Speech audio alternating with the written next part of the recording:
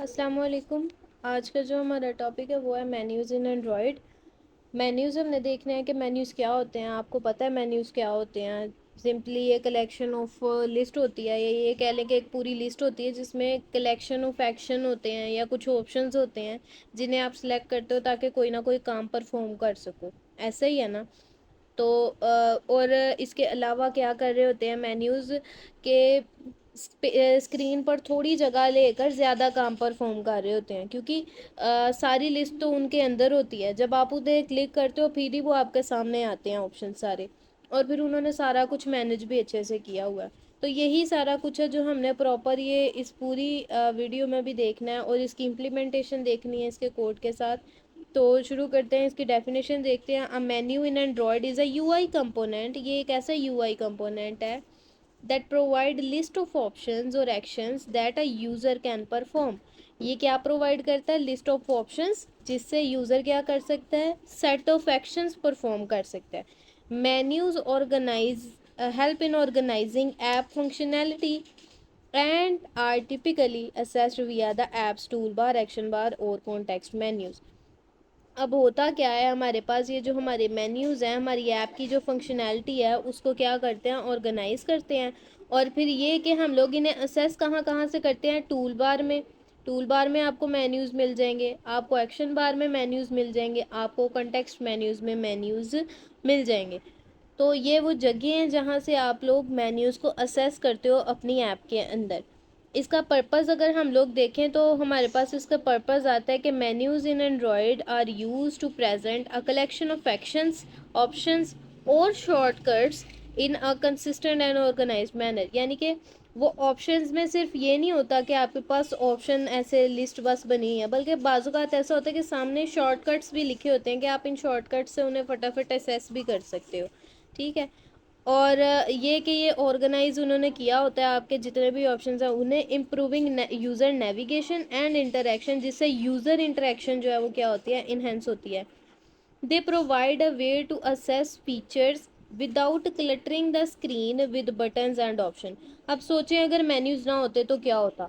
आपकी ये स्क्रीन थी, आपने यहाँ पर इतनी सारी स्पेस सिर्फ इन्हीं मेन्यूज़ के लिए लगाई होती कि जी मैंने ये मेन्यू परफॉर्म करना है, मैंने ये काम परफॉर्म करना है, मैंने ये काम परफॉर्म करना है, इसके लिए भी मुझे बटन चाहिए, इसके लिए भी मुझे बटन चाहिए। तो आपकी आधी स्क्रीन तो बटन से ही फिलअप होती। तो आप लोग अपना कंटेंट जो था वो कहाँ जनरेट करते? जब अपना आपने कंटेंट यूज़र तक पहुँचाना है, वो कितनी की स्पेस आप लोग लेके तो उसे पहुँचा रहे हो। तो इन अदर वर्ड्स जो मेन्यूज़ हैं वो आपकी जो विजुअलिटी है ना आपकी ऐप की, उसको भी इंक्रीज़ करते हैं। यूज़र की इंटरेक्शन को इन्हेंस करते हैं, इंक्रीज़ करते हैं। यूज़र का एक्सपीरियंस अच्छा रहता है आपकी ऐप के साथ, और वो आपकी ऐप के साथ यूज़र फ्रेंडली होकर अपना सारा काम परफॉर्म करता है। ठीक है। तो ये इसका पर्पज़ है मेन्यूज़ को यूज़ करने का भी बेसिकली।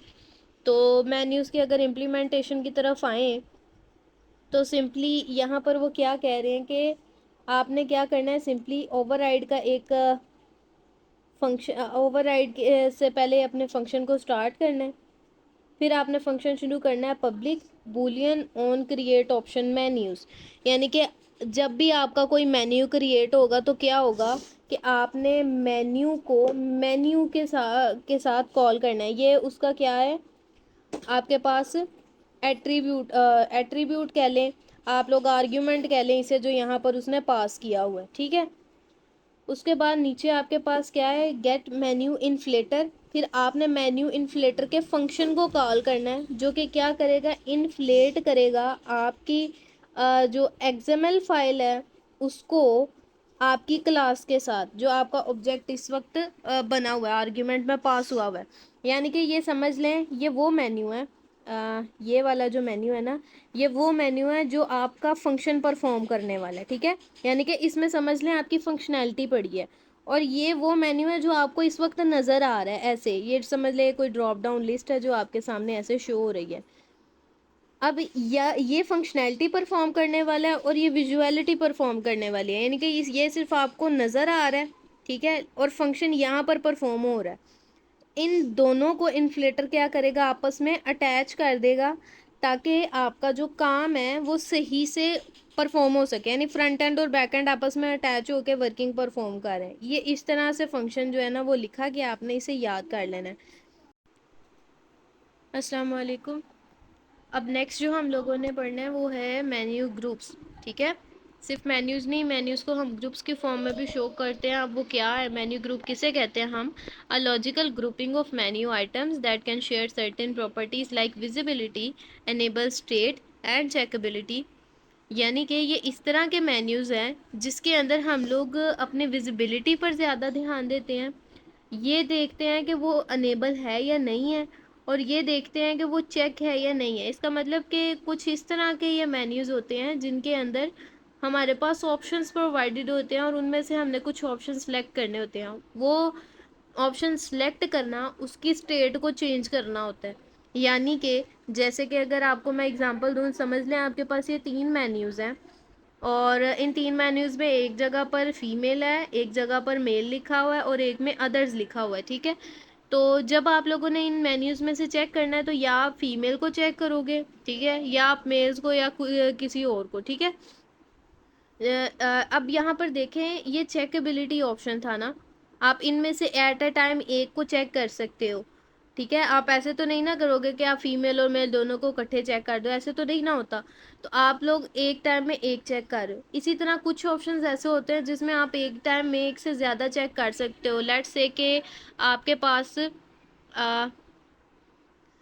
आपके पास कोर्सेज के ऑप्शंस हैं कि आपको कहा गया कि आप कोर्स चेक करो जो आपने अभी करने हैं, तो आप 2 या 2 से ज़्यादा कोर्स एक टाइम में करना चाहो तो आप कर सकते हो, तो आप उन्हें चेक भी कर सकते हो, ऐसे ही है ना। तो ये मेथड है ग्रुपिंग का, जो कि हमें साथ साथ स्टेट भी प्रोवाइड कर रहा होता है कि उस मेन्यू की कि वो इस वक्त किस स्टेट में है। इसकी इम्प्लीमेंटेशन देखें तो इम्प्लीमेंटेशन में हमारे पास इसका एक्सएमएल फॉर्मेट लिखा हुआ है। ठीक है, एक मिनट। एक्सएमएल के अंदर हम लोगों ने क्या करना है, सबसे पहले मेन्यूज़ को लेना है। मेन्यू का टैग इसमें इस्तेमाल होता है जिसमें हम लोग बताते हैं कि हम लोग अपनी इस एप्लीकेशन के अंदर एक्सएमएल फॉर्मेट का एक मेन्यू बनाने जा रहे हैं, यानी कि फ्रंट एंड क्रिएट करने लगे हैं, और उसमें मैं ग्रुप बना रही हूँ फर्दर।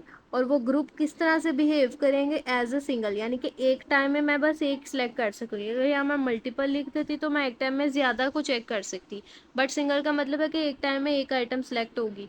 उसके बाद मैंने जितनी भी आइटम्स ऐड करनी थी ना, मैं वो ऐड करूँगी आइटम्स। आइटम्स को ये आईडी दी हुई है और ये उनका टाइटल है, यानी कि उन आइटम्स का नेम है, और एक आइटम अपने एक पूरे टैग के अंदर क्लोज होगी। ये चीज़ आपने याद रखनी है। ठीक है, आइटम्स का ऐसा नहीं है कि स्टार्टिंग पे एक टैग हो और एंड पर एक टैग हो, बल्कि ये एक ही टैग के अंदर लिखे जाएंगे।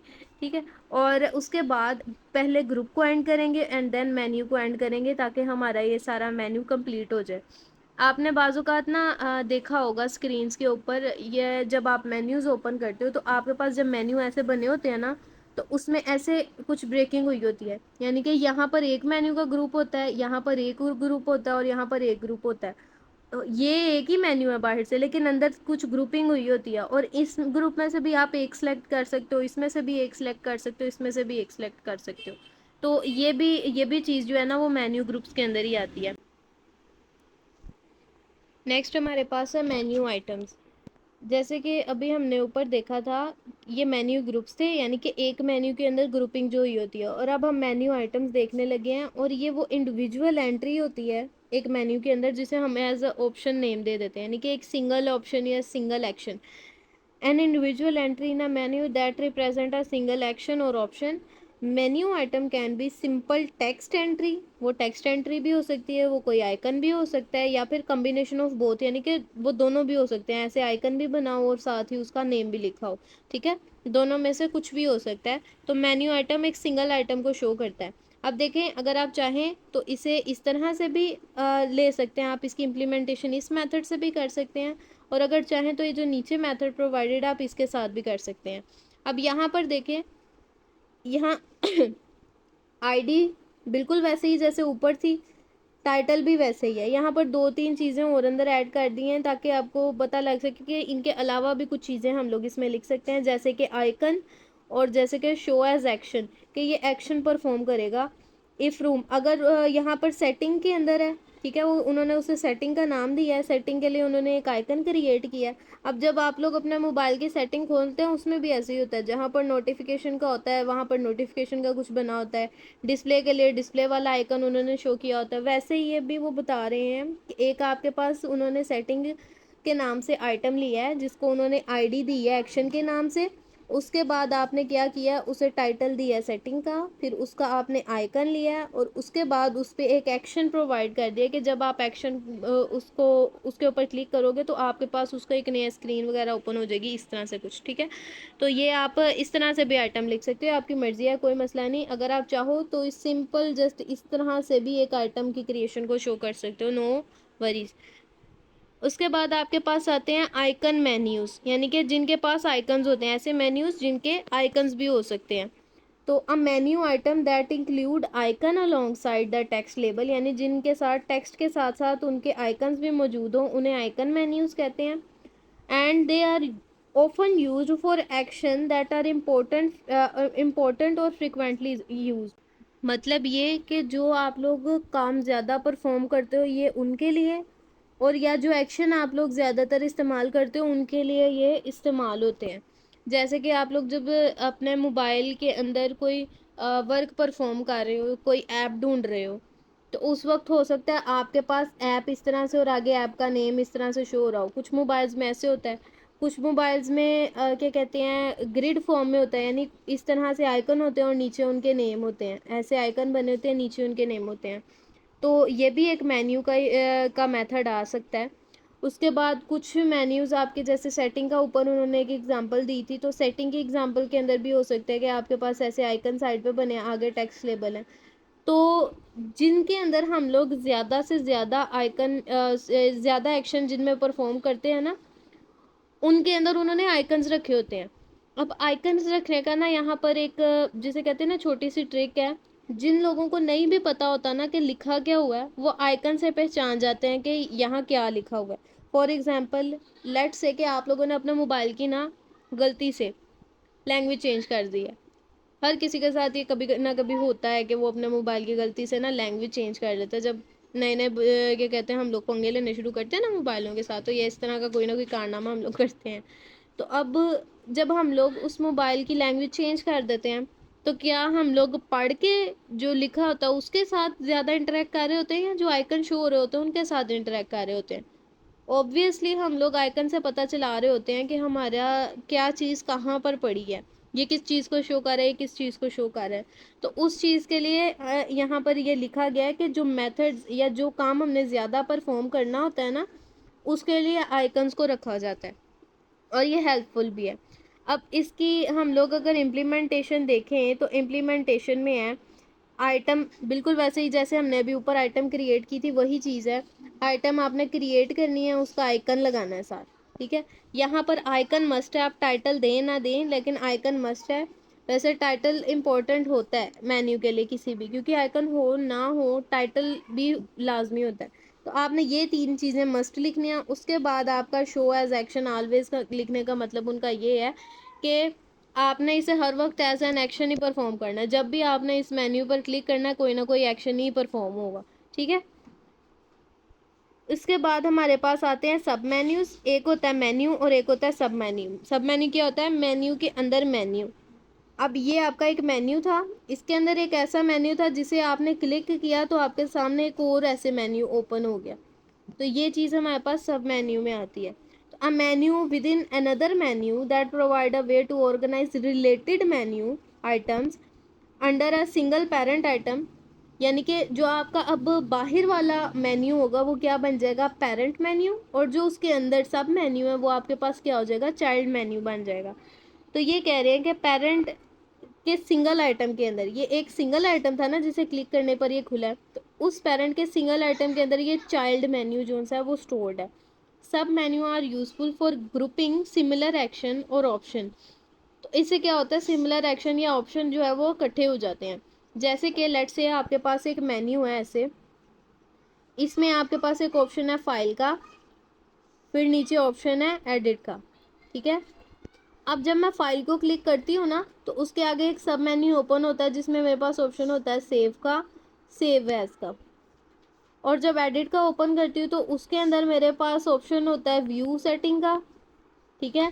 इसके अलावा बोल्ड का, कट का, पेस्ट का, लेट्स से बस एग्जांपल के लिए, ठीक है। समझ लें इस तरह के कुछ मेरे पास इसके मेन्यूज़ हैं। तो ये क्या हुए हैं, ये एक मेन्यू था मेरा पेरेंट और उसके एक सिंगल एलिमेंट में फर्दर मेरे पास क्या पड़ा हुआ था, उसका सब मेन्यू पड़ा हुआ था। तो इस तरह से ये क्या करते हैं, वर्किंग करते हैं। अब इसकी इम्प्लीमेंटेशन देखें तो आपके पास एक मेन्यू है, आपने एक आइटम जो है वो जनरेट किया और आइटम को टाइटल आपने क्या दिया, मोर ऑप्शन का। उसके अंदर एक मेन्यू जनरेट है, ठीक है। उस मेन्यू के अंदर फर्दर हमारे पास ये है। अब आप ये कहेंगे कि ये क्या, ये आइटम के अंदर हम लोगों ने ऐसे जनरेट कर दिया। ये जो बाहर वाला आइटम है ना, ये पेरेंट का है, ठीक है, ये पेरेंट का है। इस पेरेंट आइटम के अंदर एक फर्दर मेन्यू बनाया गया है, तो ये खुद ब खुद ही यानी कि सब मेन्यू बन गया। ये वाला जो पार्ट है ना, ये खुद ब खुद सब मेन्यू बन गया है। ये जो आइटम था ये पेरेंट का आइटम था और इस पेरेंट के आइटम में फर्दर हमने एक मेन्यू बना दिया, तो ये सब मेन्यू बन गया अपने पेरेंट मेन्यू का, ठीक है। और यहाँ पर जो हमने आइटम यूज़ किया ना, अब यहाँ पर देखें ऊपर हमने जो आइटम टैग यूज़ किया था वो single as a single tag use किया था। यहाँ पर जो हम आइटम टैग यूज़ कर रहे हैं वो हम लोग अलग अलग यूज़ कर रहे हैं। क्यों? क्योंकि हम लोगों ने अंदर एक मेन्यू जनरेट करना था साथ, ठीक है। तो उस वक्त हम लोग इसका यूज़ इस तरीके से कर सकते हैं। अब यहाँ तक आपके पास क्या क्या चीज़ें हुई हैं मेन्यू में से, ये बेसिकली आप आउटलाइन में से भी देखें तो काफ़ी टॉपिक बन जाएंगे आपके। Menu, menu groups, menu items, icon menu, सब मेन्यू। अब नेक्स्ट जो है आपके पास वो है कॉन्टेक्स्ट मेन्यू। कॉन्टेक्स्ट मेन्यू के अंदर आपके पास क्या होगा, अ menu that appears upon long pressing a view element providing contextual action related to that specific view. Context menu are often used for action like edit, delete और share. अब यहाँ पर इन्होंने कहा है कि ये एक ऐसा मेन्यू है जो तब शो होता है जब आप किसी एक सिंगल आइटम पर थोड़ी देर प्रेस करके रखते हो, ठीक है। लॉन्ग प्रेस के बाद ये शो होता है और फिर इसके अंदर जो भी हमारे पास ऑप्शन आते हैं वो कोई ना कोई एक्शन, कोई स्पेसिफिक एक्शन परफॉर्म कर रहे होते हैं और एक स्पेसिफिक व्यू पे ही कर रहे होते हैं। लेट्स से कि मेरे पास मेरी जो स्क्रीन है, ये स्क्रीन है, मैं ड्राइंग कर रही हूँ कुछ, मैंने इस तरह से कोई एक सर्कल शेप लिया, एक ट्रायंगल लिया, एक रेक्टेंगल लिया। मैं थोड़ी देर ट्रायंगल पे क्लिक करके रखती हूँ और मेरे सामने ना ऐसे ऑप्शन आ जाता है जिस पे आता है कि कट करना है आपने इसे डिलीट करना है, आपने इसे एडिट करना है। तो मैं कहती हूँ मैंने इसे डिलीट करना है, तो वो क्या करता है, इस आइटम को यहाँ से रिमूव कर देता है। तो ये चीज़ मेरे पास क्या आएगी, कॉन्टेक्स्ट मेन्यू के अंदर आएगी। अब इसकी भी एग्जांपल देख लें, इसकी जो इम्प्लीमेंटेशन है। तो यहाँ पर मेथड हम लोगों ने जैसे स्टार्ट में मेन्यू का फंक्शन बनाया था, बनाना वैसे ही है, लेकिन यहाँ पर हमने उसे कॉन्टेक्स्ट मेन्यू का नेम देना है साथ, क्योंकि ये सिंपल मेन्यू नहीं है, सिंपल मेन्यू से थोड़ा सा डिफरेंट है। अब यहाँ पर जब हमने उसकी देखे क्लास भी यूज़ की है, तो कॉन्टेक्स्ट मेन्यू की क्लास ही यूज़ की है और वो एक स्पेसिफिक व्यू पे क्योंकि अप्लाई हो रही है, इसलिए हमने व्यू को भी लिया है। और ये व्यू कौन सा व्यू होगा, जिसके ऊपर हम लोगों ने वो मेन्यू अप्लाई करना होगा, ठीक है।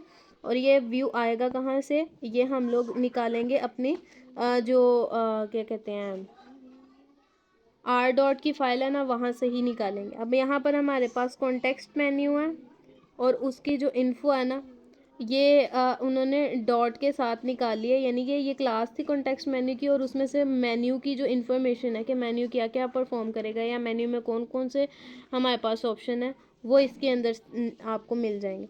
फिर आपने सुपर का फंक्शन लगा के super dot on create context menu, इसको आपने लिखना है और आपने अपने मेन्यू को अपने व्यू और मेन्यू इन्फॉर्मेशन के साथ अटैच कर देना है।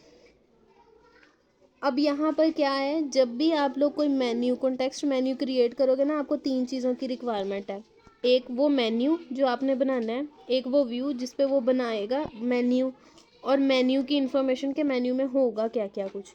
ये तीनों चीज़ें आपको मस्ट लिखनी होंगी। और फिर ये कि आपने मेन्यू को इन्फ्लेट तो करना ही करना है, और वो कैसे करना है कि जो भी आपका कॉन्टेक्स्ट मेन्यू है ना, आपने वहाँ अपनी वो आर डॉट फाइल से उठाना है और अपना जो रियल मेन्यू है उसके साथ उसे अटैच करना है, ताकि आपकी प्रॉपर फंक्शनिंग जो है वो परफॉर्म हो सके। तो ये इसका फंक्शन था। अब हमारे पास इसके बाद डायनामिक मेन्यू आते हैं। अब कंटेक्स्ट मेन्यू भी हो गया, इसके बाद डायनामिक मेन्यू है। डायनामिक मेन्यू में हमारे पास क्या है, a menu that is generated और modified dynamically at run time, यानी कि ये वो मेन्यूज़ हैं जो कि चेंज भी हो सकते हैं, ठीक है, बेस्ड ऑन सर्टेन कंडीशंस और एक्शन। तो कुछ कंडीशन या कुछ यूज़र एक्शन की वजह से हम इन्हें चेंज कर सकते हैं। फॉर एग्ज़ाम्पल आपने अपना माइक्रोसॉफ्ट वर्ड या पावर पॉइंट तो यूज़ किया होगा, तो उस ऊपर आपको एक टूल बार यूज़ नज़र आ रही होती है जिसके अंदर स्पेसिफिक ऐसे मेन्यूज़ बने होते हैं। तो आप लोग क्या करते हो, आप उसे अपनी मर्ज़ी से कस्टमाइज़ भी कर सकते हो, ठीक है। तो इसे हम क्या कहते हैं कि हमारा जो टूल बार है वो कस्टमाइजेबल है। तो कस्टमाइजेबल टूल बार के अंदर जब हम लोग अपने मेन्यूज़ चेंज वगैरह करते हैं तो क्या हम उसे डायनामिक मेन्यू के नाम से भी नहीं जान सकते? कर सकते हैं, बिल्कुल कर सकते हैं। वो हमारे पास बेसिकली डायनामिक मेन्यू ही होते हैं। A menu that is generated और modified dynamically at run time, जिन्हें रन टाइम पे हम चेंज कर सकते हैं, उन्हें हम क्या कहते हैं, dynamic menus. Based on certain conditions, certain condition पे वो बेस कर रहे होते हैं। जैसे कि मुझे ये वाले मेन्यूज़ ज़्यादा चाहिए होते हैं तो मैं बस इन्हें स्क्रीन पर रखती हूँ, बाकी सबको डिलीट कर देती हूँ, ठीक है, वो चीज़। यानी वो डिलीट नहीं होते लेकिन उस वक्त विजुअल में नहीं आते हमारे। Dynamic menus are useful when menu option need to change depending on the app state. और ये किस में हेल्प करते हैं कि ऐप की स्टेट के अकॉर्डिंग आप इसे चेंज करते रहो, ठीक है। अब आपके पास इसकी इम्प्लीमेंटेशन है, तो इसकी इम्प्लीमेंटेशन में भी देखें आपके पास क्या आ रहा है। ओवरराइड का फंक्शन आपने लिखना है। ओवरराइड फंक्शन के बाद आपने लिखना है ऑन प्रिपेयर ऑप्शन मेन्यू। अब आपने क्या करना है, अपने मेन्यू को प्रिपेयर करना है, क्योंकि मेन्यू आपका बना तो पहले से हुआ है, अब आप उसे क्या कर रहे हो, सिर्फ चेंज कर रहे हो, ठीक है। सॉरी ये बार बार ऊपर आ रहा है। उसके बाद आपने क्या किया, मेन्यू आइटम लिखा और एक आइटम जनरेट किया। वो आइटम आपने कहाँ से लेना है, अपनी आर डॉट फाइल से वो आइटम उठाना है और उसके बाद उस आइटम को विजिबल करवा लेना है, क्योंकि जो मुझे आइटम चाहिए सिर्फ वही विजिबल होगा, बाकी सारे कहाँ वो नॉन विजिबल रहेंगे, ठीक है। और उसके बाद आपने क्या करना है, दोबारा से वो जो आइटम है अपने ही फंक्शन को रिटर्न कर देना है। अब इससे क्या हो रहा है कि जब मैं अपने फंक्शन को अपने आइटम को कॉल कर रही हूँ ना, तो सिर्फ वही आइटम शो हो रहा है, बाकी सारे आइटम क्या है, नॉन विजिबल है, राइट। तो यहाँ पर हमारे पास 7th मेन्यू का टॉपिक भी कंप्लीट हो गया। उसके बाद है using XML file for menus. अब मेन्यूज़ के लिए हम एक्सएमएल फाइल्स को कैसे यूज़ करते हैं, तो यहाँ ऊपर आपने वैसे इसकी एक एग्जांपल देखी थी, आपने एक्सएमएल में किस तरह से मेन्यू क्रिएट किया था। तो menu in Android can be defined using XML file. XML file में हम इन्हें डिफ़ाइन करते हैं, जो कि बहुत क्लियर और कंसाइज या स्ट्रक्चर्ड वे में हमें डिफ़ाइन करता है कि कौन सा मेन्यू का आइटम है, वो किस तरह से ग्रुप हुए हैं, उसके एट्रीब्यूट कौन कौन से हैं, ठीक है। और इजीली हम उसे क्या कर लेते हैं, मेंटेन भी कर लेते हैं, और उसके अंदर फ्रेगमेंट्स या कुछ बनाना हो तो वो भी कर लेते हैं। जैसे कि एग्जांपल के तौर पे, सॉरी वेट, एग्ज़ाम्पल के तौर पर आपके सामने ये मेन्यूज़ बने हैं, ठीक है, और इनके अंदर कुछ आइटम्स जनरेट किए हैं। तो ये वही मेथड है जो आपने ऊपर एक्सएमएल के अंदर देखा था कि एक्सएमएल में मेन्यू किस तरह से जनरेट करते हैं। तो अगर आपसे ये भी क्वेश्चन वो पूछे है ना कि एक्सएमएल के अंदर मेन्यूज़ जनरेट करने का मेथड लिखें, तब भी आप यही लिखेंगे। अगर आपको वो मेन्यू बनाने का मेथड कहते हैं तब भी आप यही मेथड लिखेंगे। अगर मेन्यू विद ग्रुप्स का कहते हैं तो आपने सिंपल क्या करना है, यहाँ पर एक ग्रुप का टैग इस्तेमाल कर लेना है, तो आपका यहाँ पर वो ग्रुपिंग वाले मेन्यूज़ बन जाएंगे। सिंगल आइटम का कहेंगे तो आपने जस्ट ये वाली लाइन लिख देनी है। सब मेन्यू कहेंगे तो आपने ये जो मेन्यू का पूरा है ना टैग, इसको उठा के एक आइटम के टैग के अंदर रख देना है, तो आपके पास ये एक क्या कहते हैं, सब मेन्यू का कोड बन जाएगा। तो इस तरह से आपने अपने ना एक ही कोड याद कर लेना है और उसी में ये सारा जो है वो मैनेज हो जाएगा। नेक्स्ट है कि हम सर्विसेज को मेन्यूज़ में किस तरह से इस्तेमाल करते हैं। सर्विसेज हमारे पास एंड्रॉयड के वो कंपोनेंट्स होते हैं जो कि बैकग्राउंड में रन होते रहते हैं खुद ब खुद ही, और ये ऐसे लॉन्ग टर्म रन प्रोसेस होते हैं जिनके साथ यूज़र को इंटरेक्ट नहीं करना पड़ता, ठीक है। यूज़र इनके साथ इंटरेक्ट किए बगैर ही काम चला लेता है। And they can be started by menu action, और इन्हें मेन्यू एक्शन की मदद से स्टार्ट किया जाता है। अब ये कैसे करते हैं बताते हैं। Such as starting at download और सिंक डाटा। जब आप डाउनलोड करना शुरू करते हो किसी भी ऐप को, तो क्या आप उसके इंतज़ार करते रहते हो कि पहले वो डाउनलोड हो फिर आप कोई और काम करो? नहीं, आप उसे डाउनलोडिंग पे लगा के कोई भी और काम करते रहते हो। बिल्कुल इसी तरह से जब आप अपने मोबाइल को ऑन कर लेते हो तो आपकी बैटरी का स्टेटस खुद ब खुद चेक होना शुरू हो जाता है, और वो तब तक चेक होता रहता है जब तक आप मोबाइल ऑफ नहीं कर देते। अगर इसकी थर्ड रियल टाइम एग्जांपल देखें तो ये आपके वाईफाई का कह सकते हैं। जैसे ही आप अपने मेन्यूज़ में से वाईफाई के ऑप्शन को सिलेक्ट करते हो, आपके वाईफाई ट्रैक होना शुरू हो जाती है कि इतनी ट्रैफिक है अभी, इतना इतने आपने यूज़ किए हैं, इतने एमबीज यूज़ किए हैं, ये सारा कुछ। तो ये वो सर्विसेज हैं जो आप मेन्यू से स्टार्ट करते हो।